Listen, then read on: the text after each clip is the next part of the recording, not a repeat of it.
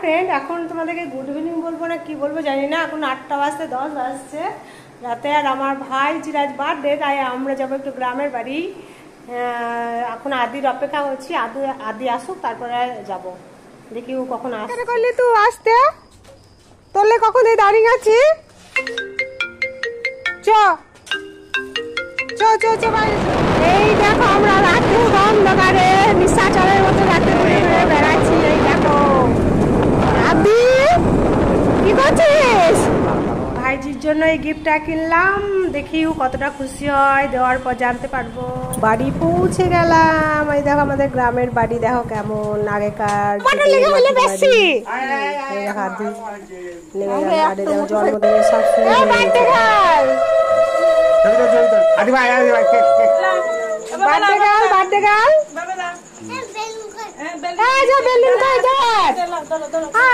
Balloon কই রে?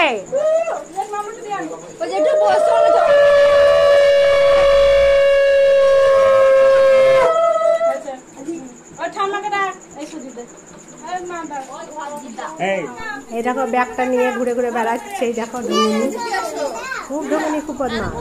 এদিকে খাওয়ার পর্ব শুরু। দেখো সব খেতে বসেছে, নিতে পারিনি তার কারণ বাড়ি আসার ব্যাপার ছিল তো। আলু পটলের রসা নাকি ওইটা মেনুতে ছিল, শাক, ডাল, খা বেশি করে আলু পটলের রসা, তরকারি, চিকেন, গৌরাঙ্গ আসতে পেলে না, গৌরাঙ্গ পরীক্ষা আছে গো। দেখো সব খাওয়া দাওয়া চলছে।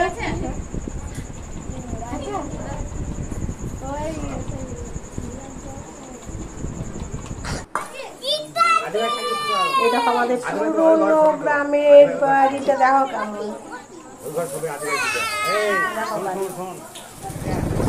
বাড়ি যাওয়ার পালা। এরকম চললাম আমরা এবার বাড়ি।